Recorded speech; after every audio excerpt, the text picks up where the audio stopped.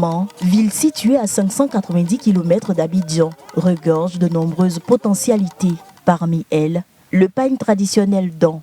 Dans ce marché situé en plein cœur de la ville montagneuse, on en trouve de toutes les couleurs et de toutes les formes, cousus en boubou, en robe ou encore en chapeau. Ces pagnes se déclinent du plus petit au plus grand. Depuis le bas âge, ce jeune couturier travaille le pagne dans son atelier. Un gros boubou, au moins par jour, au moins 3 par jour comme ça. Ça dépend du modèle. Si c'est les robes, tu peux faire 5 par jour. Il y a les touristes qui viennent, souvent il y a les commerçantes aussi. Ça dépend de la période. Le pagne d'An, encore appelé pagne Yakuba, est incontournable lors des rites traditionnels. Il est également porté lors des grandes cérémonies, exprimant richesse et patrimoine culturel de la région du Tonkoui. Ce pagne est d'abord notre identité et toute femme d'An doit avoir ce pagne-là chez elle à la maison.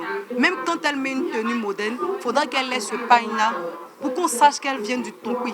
C'est une pagne qui passe partout. Tu peux avoir ton blazer, tu prends le pagne, tu mets juste en bordure. Ta belle robe pour une soirée, ça se coud avec.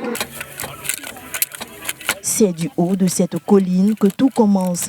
Sur une longueur impressionnante de près de 200 mètres de fil de coton aux couleurs variées.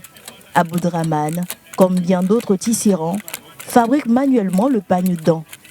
Un maniement artisanal pour créer ces étoffes transmis de génération en génération. Ma arrière-grand-père, je les ai trouvés dedans. Bon, mon papa aussi m'a appris à travailler comme cela aussi, jusqu'à aujourd'hui. Beaucoup de différents modèles, ça c'est 7 traits, tu vois, là c'est 7 traits. Il y a les trucs, mais il y a blond, tu vois. C'est qu'il y a beaucoup de motifs quoi.